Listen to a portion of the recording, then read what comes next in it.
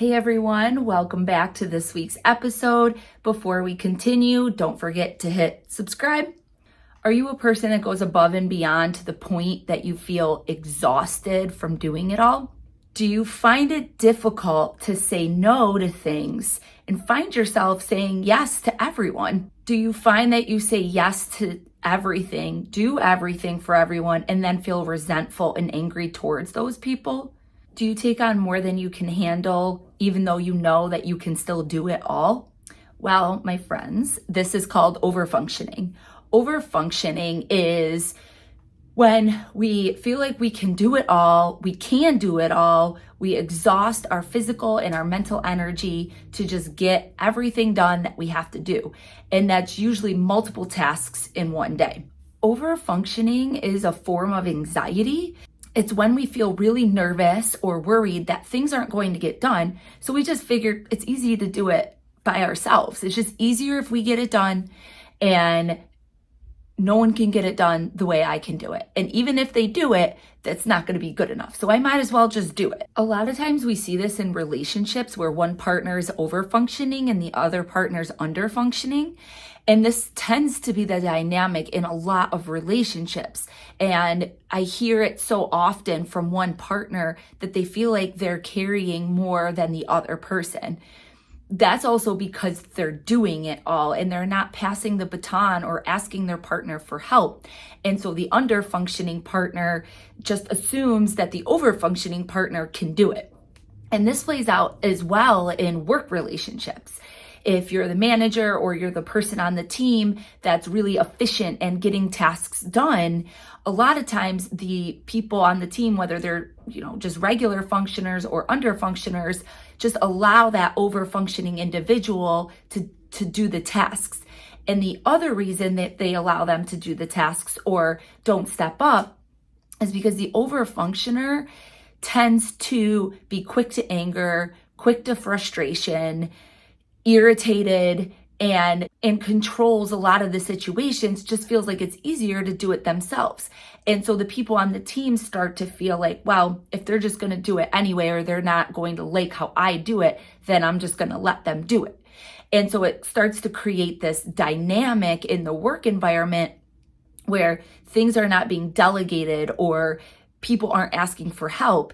And actually not just in the work environment, but this plays out in home environments as well. People start to settle into their roles if they feel like one person essentially is dominating or controlling, and they get to the point where they don't feel like it's worth their energy. So they just allow this person, the overfunctioner, to do it.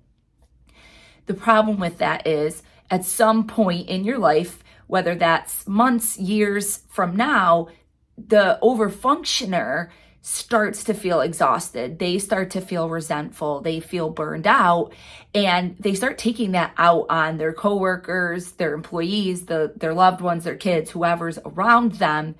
And it starts to create this really toxic internal world. And yes, it comes out on those people, but internally, the overfunctioner is feeling so stretched thin to the point where they feel like they're going to just jump out of their skin because it's becoming too much. You start to realize that you can't keep up with this pace anymore as much as you try to. Now, I have been a chronic overfunctioner most of my life. The reason that I no longer overfunction is because of my kids. I reached a point where I was able to do it with one kid. I was even able to somewhat manage it with two kids, but a third one came and I could no longer keep up with that pace of doing it all. The household responsibilities, running a business, raising the kids, doing everything. And it just started to become too much. And I could feel my internal world really stressing and feeling really anxious and consumed to the point where I just felt like I was going to explode. And that's exactly what happened, right? Overfunctioners are like volcanoes, right? It can take some time, but the lava's brewing in there, and eventually it's going to erupt. It's going to come out. So some of the common worries and concerns that someone that is overfunctioning usually experiences is fear of failure, perfectionism, inability to delegate tasks. They neglect their own needs and things to take care of themselves. They may or may not have strained relationships. And a lot of people that are overfunctioning are burned out and exhausted, but they will keep pushing through. And then that usually leads to the manifestation of physical symptoms. So people experience physical illness, autoimmune diseases, cancer, injuries, or chronic pain in their body, to just name a few.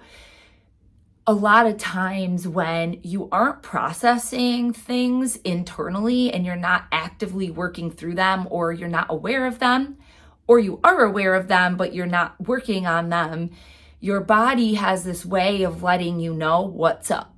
It's a subtle knock at your door to say, hey, pay attention to me. I'm right here. It's information for you. If you're open to it, you can take that information and start really working on these concerns that are showing up in your life. And then the last one is overfunctioners have this constant pressure, whether externally that's coming from your boss or from your husband or your wife or whoever, parents, kids. There's always a lot of demands, and they feel this constant pressure to perform these tasks, but also the internal pressure that they put on themselves to perform the tasks. So at the end of the day, you can run through the list of everything you did. I do this often. I will run through everything I've done in my day from sunrise to sunset. I typically have done a million things that day. And at the end of the day, I will lay in bed and say, but I didn't do X, Y, and Z, or I could have done more here, or I wish I would have stayed focused more here.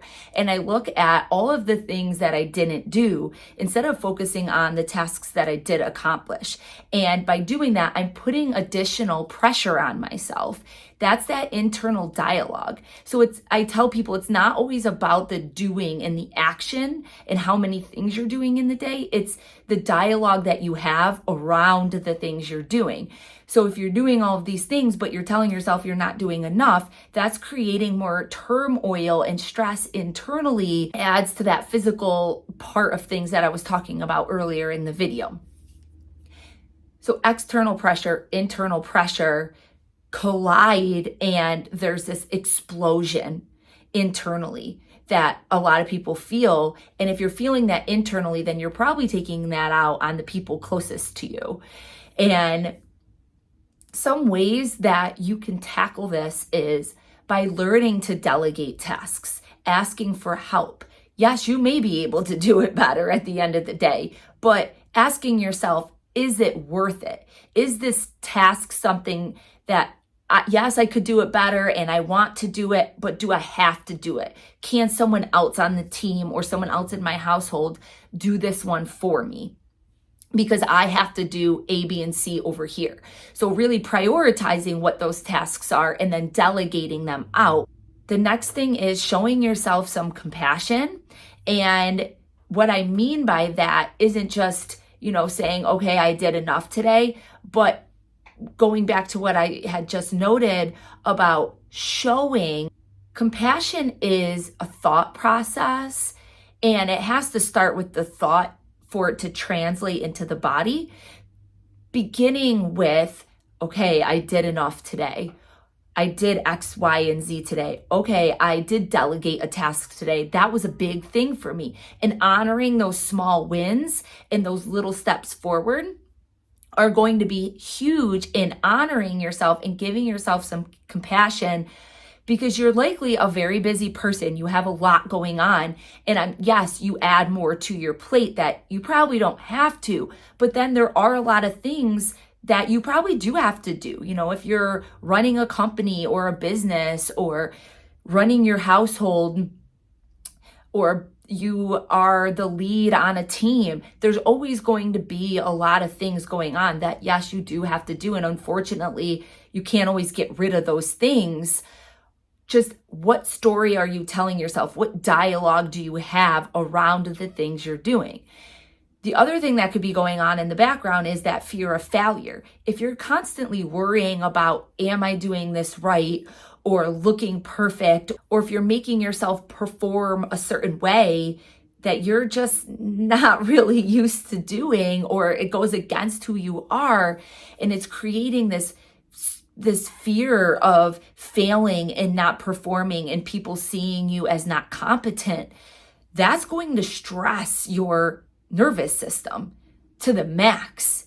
And if you're not paying close attention to what these things are doing to your internal world, that is what leads to burnout, but leads to complete exhaustion. And then more importantly, those physical symptoms that we talked about earlier. The last but most important thing is setting boundaries. Setting boundaries with other people, but also setting boundaries for yourself. Especially being a busy person and having a lot on your plate, learning to get comfortable with saying no. You have to learn to say no. Otherwise, work, home, and everything else you have going on will completely consume you, which it probably already is.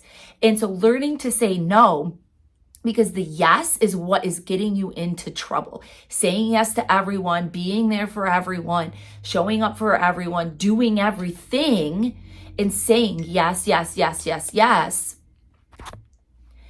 is what's leading you to complete exhaustion. And so setting some of those self-made boundaries that you want. So the way to do that is to get a list, write out your ideal perfect world. What would your perfect scenario look like? Because that way you have a vision of what you're working towards.